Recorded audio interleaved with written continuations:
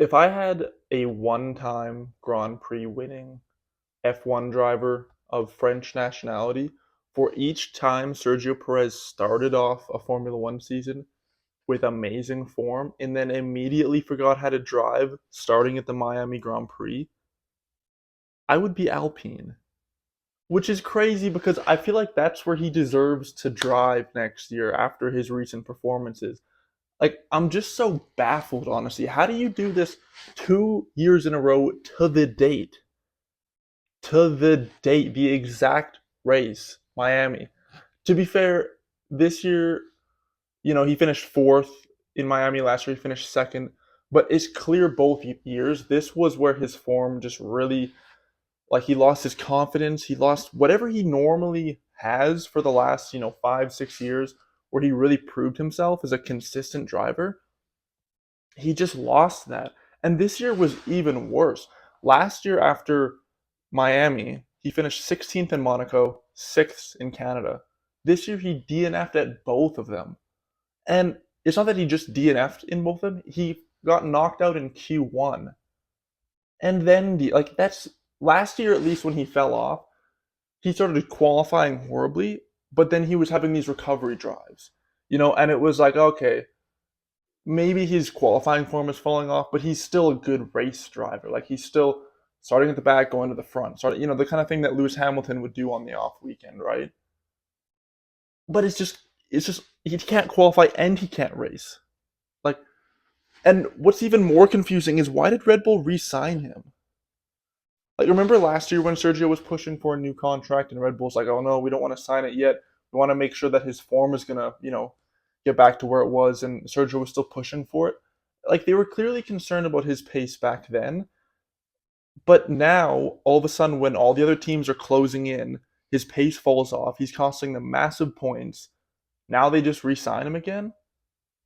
Like, it just doesn't make any sense. And to be clear, I was the biggest Checo fan when he first joined Red Bull, right? Like, he was the perfect number two driver, and seeing him pick up all those wins after his maiden Sakir Grand Prix, in 2020, becoming the most successful Mexican Grand Prix driver, like, that was so cool. It was so good for the sport. But then seeing him struggle like this 2 years in a row, you have Joe and Sargent that are almost certainly going to get dropped, and for good reason. They've had, not shown a lot of pace the last 2 years, been very inconsistent. Perez has shown flashes of pace, well, more than flashes, but he's been so inconsistent, massively lacking pace in qualifying for the last 2 years, and yet he's just securing the bag. He's probably getting the biggest contract, well, at least the biggest 1+1 contract of his life, you know? And it's just so annoying. And every single post race interview is always the same with him, too. It's always tricky. Oh, it's tricky out there. Oh, it's so tricky. It was real tricky. And I do have to give him some credit, though, for not going the Daniel Ricciardo route and just saying, like, oh, there's a problem with the chassis or something, like blaming some boogeyman. At least with Perez, he makes it very clear the only thing wrong with that second Red Bull car is that he's the one driving it. It's just too tricky for him. It's just too tricky. He goes to Miami and it's too tricky. I don't know. I don't get it. I don't get it. It makes me so it's upsetting because I think it, like, he's had such a his career's kind of slowly built, and he's built and he really proved himself. He finally gets the win. He gets the big team, and I feel like the last 2 years he's just kind of destroying all that.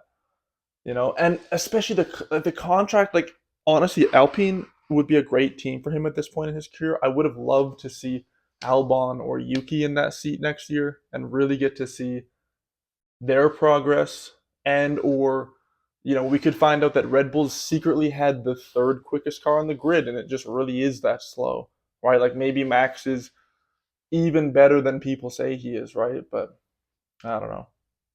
I don't know. Anyways, those are my thoughts. Get subscribed if you want to see my coverage on the Spanish Grand Prix this weekend. Very excited to see that. Yeah, later.